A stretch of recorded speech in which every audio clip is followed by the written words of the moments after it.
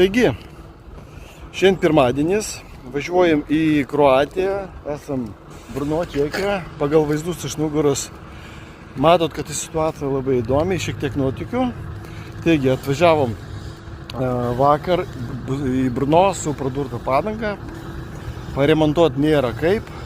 Vakar nieko neradom, nes buvo sekmadienis. O šiandieną iš pat ryto pradėjom googlint ir radau netoli Brno, kokį 15 km, didelį sandėlį su padangom ir visą laimę, kad toks yra, nes turi didžiulį asortimentą ir radau savo tinkamą dydį, nes dydis tikrai nemažas ir nėra labai standartinis, kad daug kas turėtų. Taigi, radau, susiskambinau, rezervavau ir per 20 minučių jau buvau vietoj, tvarkingai apmokėjom, jau keičiu tada visas padangas, nes visų stovis yra panašiai vienodas ir nenoriu, kad pakeliu dar kas prasidurtų. Taigi, man ten parekomendavo vieną servisiuką, kuriam dabar esu.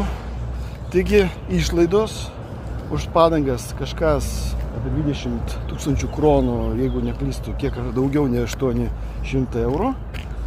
O keitimą man paskaičiavo 140 eurų, jeigu taip apytiksliai.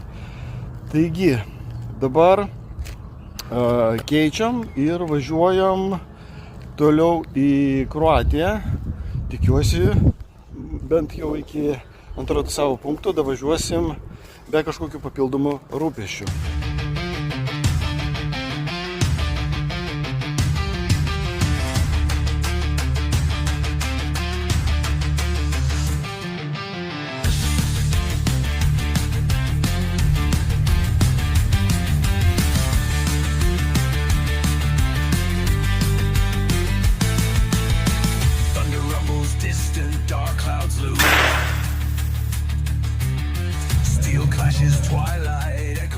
Ką, vėl ratuoti, padangos užmautos, galim startuoti.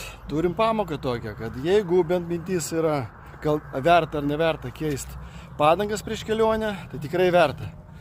O aš jau pasimokiau ir važiuojam toliau.